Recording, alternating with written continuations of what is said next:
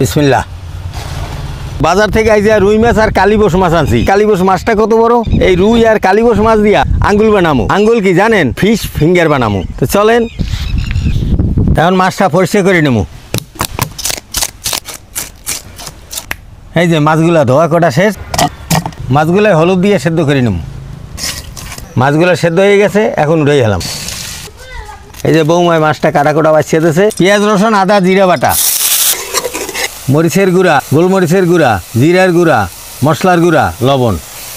মশলাটা ভালোভাবে কষাই নিতে হইবে। মশলা কষানো হয়েছে, এখন মাছগুলো দিয়ে দেব। মাছটা কষানো হয়েছে, এখন উঠে গেলাম। মাছটা ঠান্ডা করে নিয়েছি, এখন সেদ্ধ করা আলুটা মিক্স করে নেব। এই যে সেদ্ধ করা আলু ভালোভাবে মিক্স করে নিয়েছি।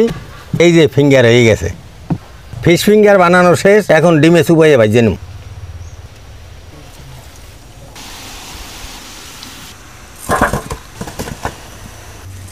ফিশ ফিঙ্গার রেডি, এবার খাওয়া শুরু করি। বিসমিল্লাহ। সেই মজা, খুব মজা হয়েছে। দর্শক ভালো থাকেন, সুস্থ থাকেন।